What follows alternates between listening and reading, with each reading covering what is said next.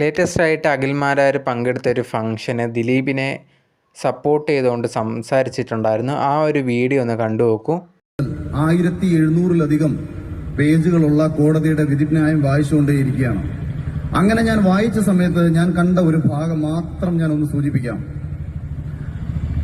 ദിലീപും പൾസർ സുനിയും തമ്മിൽ കണ്ടിരുന്നു എന്ന് ആദ്യമായി പോലീസ് കോടതിയിൽ കൊടുത്തിട്ടുള്ള ഒരു തെളിവെന്ന് പറയുന്നത് സൗണ്ട് തോമ എന്ന സിനിമയുടെ ലൊക്കേഷനിൽ വെച്ചിട്ട് ഒരു പ്രശ്നം സംഭവിക്കുകയും ആ പ്രശ്നം പരിഹരിക്കാൻ വേണ്ടിയിട്ട് ഗുണ്ടയായ സുനിയെ ലൊക്കേഷനിൽ ആൾക്കാർ വിരിച്ചു വരുത്തിയെന്നും നാട്ടുകാരുമായിട്ടുണ്ടായ പ്രശ്നം സുനി വന്ന് പരിഹരിച്ചെന്നും അങ്ങനെ തന്റെ സിനിമയിൽ ഉണ്ടായിട്ടുള്ള ഒരു പ്രശ്നം പരിഹരിച്ച സുനിയോട് ഭാവിയിൽ തനിക്ക് ചെയ്യാൻ വേണ്ട കാര്യങ്ങൾക്ക് വേണ്ടി ഡിസ്കഷൻ നടത്തി എന്നുള്ള കാര്യങ്ങളാണ് ആദ്യമായി കണ്ടു എന്ന് പറഞ്ഞുകൊണ്ട് ജഡ്ജ്മെന്റിൽ ഞാൻ വായിച്ച കാര്യമാണ് ഈ പറയുന്നത്. എന്റെ ന്യായമോ എന്റെ തോന്നലോ അല്ല.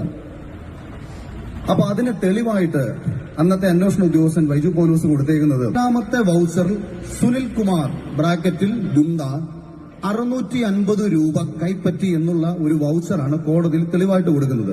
ഇതിൽ ഏറ്റവും രസകരമായ കാര്യം, ഒരു മലയാള സിനിമയുടെ ലൊക്കേഷനിൽ ഒരു പ്രശ്നം പരിഹരിക്കാമെന്ന ഗുണ്ടയ്ക്ക് 650 രൂപയാണോ അതിനുവേണ്ടി കൊടുക്കുന്നത് എന്നുള്ള ആദ്യത്തെ സംശയം. ഇതെന്താ യാഥാർത്ഥ്യം?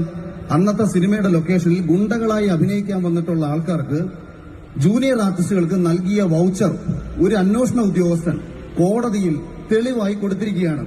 ഈ കോടതി അതിനിശ്ചിതമായ രീതിയിൽ ഈ അന്വേഷണ ഉദ്യോഗസ്ഥനെ വിമർശിച്ചപ്പോൾ I am shame on you എന്നാണ് കോടതി അവിടെ ഉപയോഗിച്ചേക്കുന്ന പദം.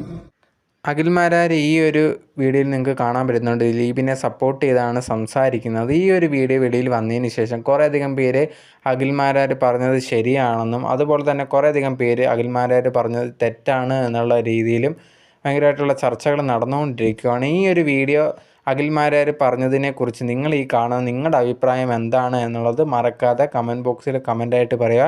നിങ്ങളുടെ അഭിപ്രായങ്ങൾ അറിയാനും എനിക്ക് ആഗ്രഹമുണ്ട്.